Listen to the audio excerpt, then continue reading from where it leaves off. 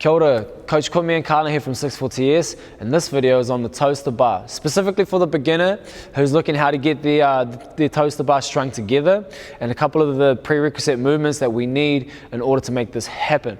The very first prerequisite movement that we are looking for is a nice tight hollow and arch body position. So if we get Carlin to jump up, we're just going to move back and forth through those positions. You know this, familiar as the kipping swing. We're looking for a really tight shape here. So back and forth and back and forth.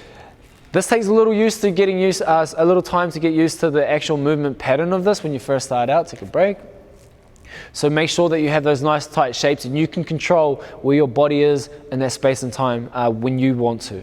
Now we're going to elevate the knees into a kipping knee raise, and then we'll also go into a knees to elbow, and also just a high leg raise, but we're always looking for the same back position of the movement. So with your feet at the back, the arch position will mimic the same thing throughout, regardless if you're doing a knee raise, a knees to elbow, a leg lift, or even a toaster bar. So jump up, kipping knee raise, feet come behind the bar, and then we bring the knees up, close the angle of the hip, and extend there. So knees to elbow, you bring them up even higher.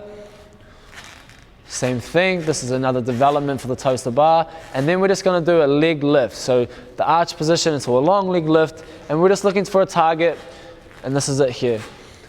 And come down, take a break. Cool. Once you have those movements dialed down, you're now ready for your toaster bar. For your toaster bar, generally what we do see is when people touch the bar, they can't seem to cycle or connect back the next repetition. So what we're looking for is when you come down, you need to pump the brakes, so the abs need to turn on in the bottom position, and then you can come back the other way. If you do not engage the abs when you hit the arch position in the bottom, you'll end up swinging. There is a complete difference between kipping and swinging. So we're gonna jump up, we're gonna touch the bar, and we're gonna swing with no engaged abs. So we come up, we touch the bar, and then we come back, and we end up in that position here. Now our rhythm's lost, and we have to reset and do another one, and they're all gonna be singles in this format the whole way through. Take a break.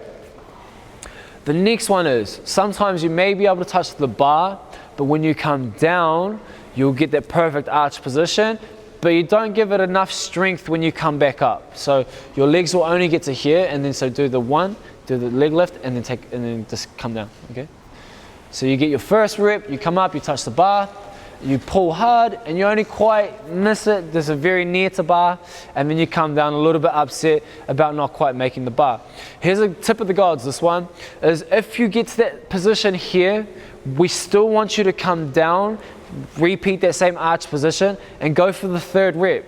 Because what we've found over the years is generally people aren't aware of how much force they need to produce by pulling down hard on the bar to actually bring their feet up to the bar. When you do one and then you do the second one and you only get half as high, you tend to lose the confidence and you come down straight away, but you don't process the amount of force that you actually need to do.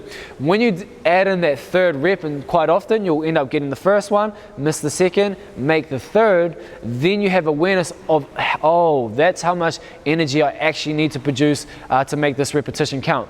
And then once you have that, you can start adding the third, the fourth rep in. So what we're looking for here, we're going to jump up, we're going to do one, miss one, and then we're going to carry on. We'll just do another two makes.